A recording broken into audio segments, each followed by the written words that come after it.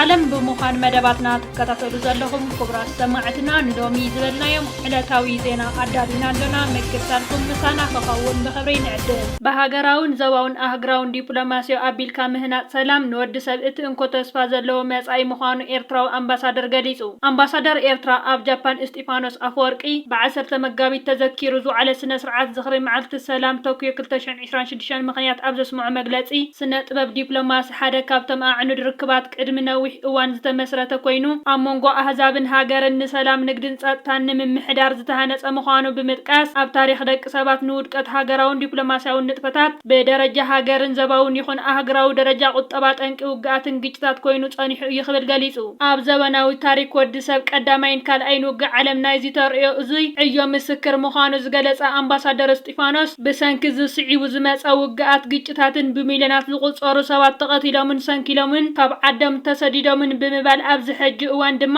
ኣብዚ ደው ኢልናሉ ዘለና መሬት ጃፓን መእለያ ዘይብሉ ህይወት ዘሕለፈ ዝሕዝ ንዕናዊ መንገዲ ጠፍኡ እዩ ክብል ኣዘኻኺሩ ኣምባሳደር እስጢፋኖስ ብህልው ኩነታት ዓለምና ኣመልኪቱ ኣብዚ እዋን እዚ ኣብ መንጎ ኣህጉራውያን ሓይልታት ዘሎ ምልዋጥ ዝምድናታት ብዘደንቕ ፍጥነት ኣብ ዝቕየረሉ ዘሎ እዋን ብዙሓት ፖለቲከኛታት ናይ ፖለቲካ ስነ ፍልጠተኛታትን ሓደጋን ናይቲ ዝቐርብ ዘሎ ሳልሳይ ኩናት ዓለም ብጋህዲ ይግምቱ ከም ዘለው ገሊጹ ኣብ መወዳእታ መግለጺኡ ድማ ብምኽንያት እቲ ኣብ ኣገዳሲ ፍሉይን ኩነታት ዓለምና ኣብ ዝሓለፈ ኩናት ንዝጠፍኡ ህይወት ንጹሃን ብምዝካር ዝተብዓለ መዓልቲ ሰላም ቶኪዮ ከም ሓደ ኣብነት ብምጥቃስ በሃገራውን ዘባውን አህግራውያን ዲፕሎማሲያዊ መንገዲ አቢልካ ኣብዚ ሕጂ እዋን ኣብ ዝግበሩ ዘለዉ ኩናት ዓለምና ሰላም ንኸሰፍን መልእኽቲ ኣመሓላሊፉ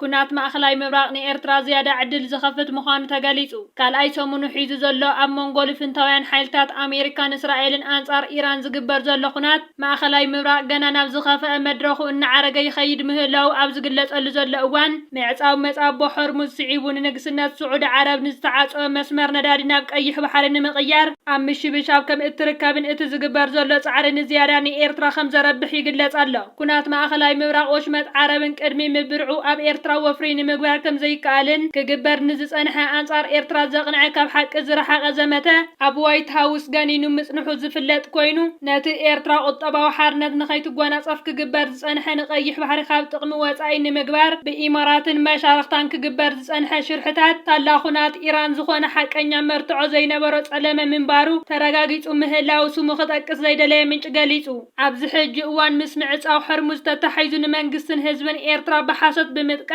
አንጻር ኤርትራ ዘመተኻካይዱ ጸንሑ ሓይልታት ናብ መንግስቲ ኤርትራ ናይ ጣዓሳ ምልክታት የርእዩ ምህላዎም ዝገለጸ እቲ ሓበሬታ ነቲ ኣብ መንጎ ስዑድያን ኤርትራን ኣቐዲሙ ተገይሩ ዝጸንሐ ዝምድናታት ከም ዘይተሓሰበኦ ንረብሓ ኤርትራ ንቕድሚት ዝወስድን ንቁጠባ ኤርትራን ስዑድ ዓረብን ኣገዳስነት ቀይሕ ባሕርን ናብ ንቡር ኩነታት ዝመልስ ተፈጢሩ ምህላው ዳግማይ ናብ ዞባ ተገዳስነቶም ከርእዩን ክመጣጠሩን ከም ዝጀመሩ ዝገለጸ እቲ ሓበሬታ እቶም ሓይልታት ንኢራንን ስዑድ ዓረብን ኣብ ኩናት ንምጽማር ጻዕርታት የካይዱ ምህላዎም ይግለጽ ኣሎ ነቲ ኣብ መጻረይ ነዳዲ ኔርማኮ ስዑድያ ዝወደቐ ናይ ሚሳኤል መጥቃዕቲ ብኢራን ዝተገበረ ከም ዘይኮነ ዝገለጸ እቲ ምንጪ ንኢራንን ንስዑድ ዓረብን ናብ ኩናት ወጢጥካ ብምእታው ብፍላይ ንስዑድ ዓረብ ንቐይሕ ባሕሪ ብዕቱብ ከይትሰርሐሉ ምእንቲ ዝዓለመ ብእስራኤል ዝተፈጸመ መጥቃዕቲ ምዃኑ እዮም ተንተንቲ ዝገልጹ ዘለው ርግጽ እዩ ኩናት ወሽመጥ ዓረብ በቲ ቀይሕ ባሕርን ማእኸላይ ምብራቕን ፈጢርዎ ዘሎ ወጥሪ ንናይተን ሃገራት ነጋዶ ኣብ ከቢድ ቁጠባዊ ቅልውላው ሸሚምዎ እንተሃለወ ብዓይኒ ጂኦፖለቲካዊ ረብሓ ክረአ እንከሎ ግና